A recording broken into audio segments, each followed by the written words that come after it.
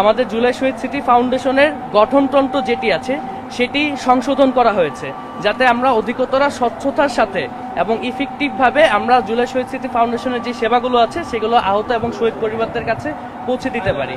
সেই প্রেক্ষিতেই আমাদের গঠনতন্ত্র অনুযায়ী এখন 3টি বডি হয়েছে। একটি হলো গভর্নিং বডি, একটি হলো এক্সিকিউটিভ বডি এবং আরেকটি হলো সাধারণ পরিষদ বডি।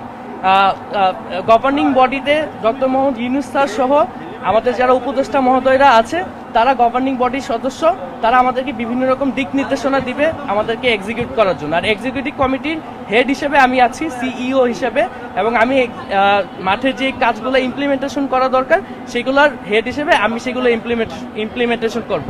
সেক্ষেত্রে এই যে গঠনতন্ত্রতে আপডেট করা হয়েছে তার ফলে জেনারেল সেক্রেটারি যে পোস্টটা, সেই পোস্টটার এখন কোনো প্রয়োজন নেই আমাদের যে নতুন গঠনতন্ত্র অনুযায়ী।